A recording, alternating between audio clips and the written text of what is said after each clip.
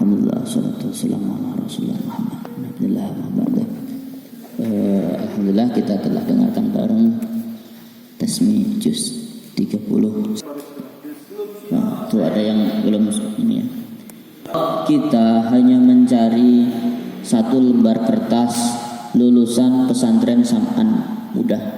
Kita di sini selama 3 tahun, nanti pulang kita dapat ijazah lulusan pesantren Sam'an. Tapi kita lihat apakah cukup dengan selembar kertas tulisan santri lulusan atau alumni Ma'had Sam'an Darussudur? Bukan, nggak cukup. Tapi apa yang harus kita cari di sini?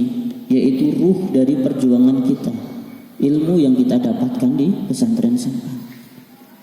Contoh satu, seperti santri-santri yang dulu, dia tidak hanya mencari kertas lulusan Sam'an, tapi bisa membawa nama baik Sam'an. Apa? 30 juz. Atau kalau nggak bisa, belum bisa 30 juz, minimal di sini program ABS, belajar bahasa Arab, kuasai pelajaran bahasa Arab. Ambil mana pelajaran yang sekiranya kita ingin kuasai, kita kuasai.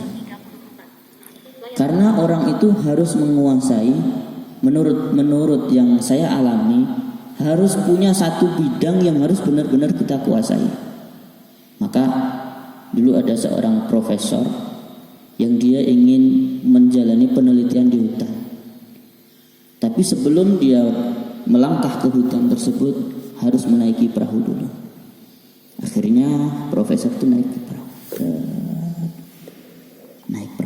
Di perahu tanya sama si tukang perahu, "Wahai tukang perahu, apakah Anda pernah belajar tentang geologi?"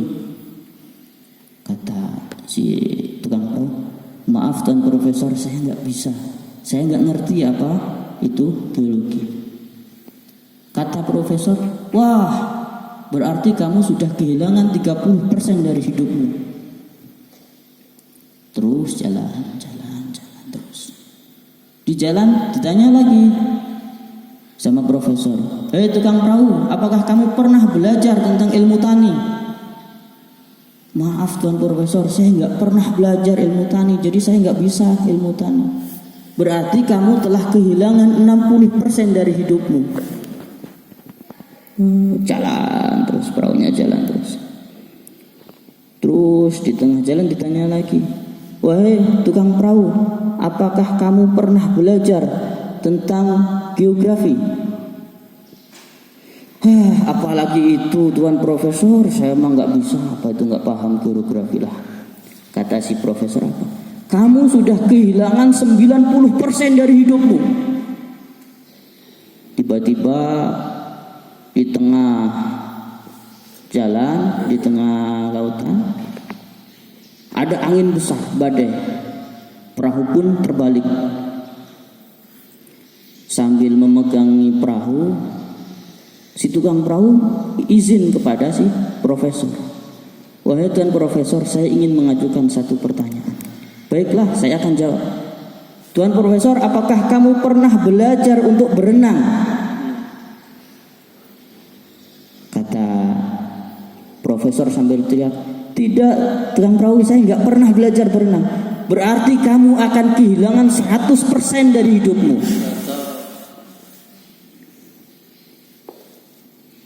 Kira-kira apa yang bisa kita ambil dari cerita tersebut? Siapa yang berani menjawab?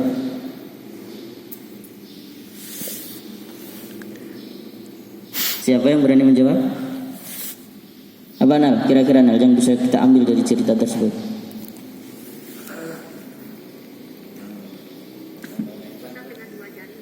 Nah, itu bagus. Jangan pernah meremehkan kemampuan orang lain.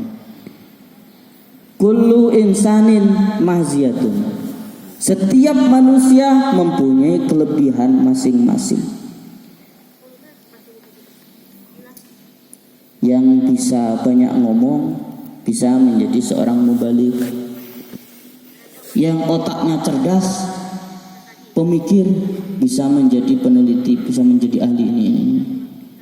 Yang ngajinya bagus bisa menjadi qori, bisa menjadi penghafal Quran. Yang cara ngajarnya bagus, dia bisa menjadi guru. Tapi ingat, jangan pernah meremehkan kemampuan orang lain. Tidak semua orang bisa menjadi petani. Tidak semua orang bisa menjadi seorang guru, dan tidak semua orang bisa menjadi pegawai negeri. Maka tetap kita jangan pernah meremehkan kemampuan orang lain. Apa arti sebuah pemimpin kalau tidak ada rakyat? Apa arti seorang guru kalau tidak ada murid? Apa arti seorang ustadz kalau tidak ada santri? Apa arti seorang kesehatan? Apa arti seorang dokter kalau tidak ada sakit? Ya, tidak ada artinya semuanya. Coba ada rumah sakit besar, tapi tidak ada orang sakit. Kira-kira ada isinya nggak? Berarti semua itu berkesinambungan. Maka jangan pernah remehkan orang lain. Ya. Yang pintar baca Quran, jangan remehkan yang belum bisa. Rangkul, ajari sampai bisa. Yang belum bisa ngaji, dia yang mempunyai kemampuan main musik misalkan, jangan pernah meremehkan yang bisa petani. Kalau kita nggak ada petani, kita nggak bisa makan. Ya, kita hafal Quran, nggak ada petani, kita nggak bisa makan.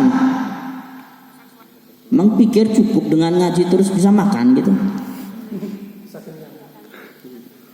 Mau makan beras dari mana?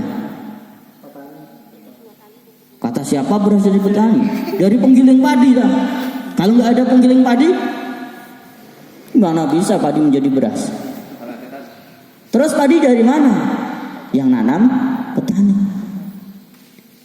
Terus nanti udah jadi beras, siapa yang bagian masak? Orang-orang di ibu-ibu dapur, ibu-ibu di rumah. Jadi semua itu berkesinambungan. Jangan pernah berpikir saya orang yang paling bagus, karena orang lain gak bisa apa-apa, saya yang paling bisa. Zainal nanti kalau sudah selesai S1-nya, jangan pernah berpikir saya mau udah 30 juz S1, saya mau udah Qori internasional. Jangan. Hormati Hamas yang badannya kecil, maaf mas. Kalau nggak ada Hamas, Zainal nggak bisa ketawa, nggak ada teman untuk ketawa.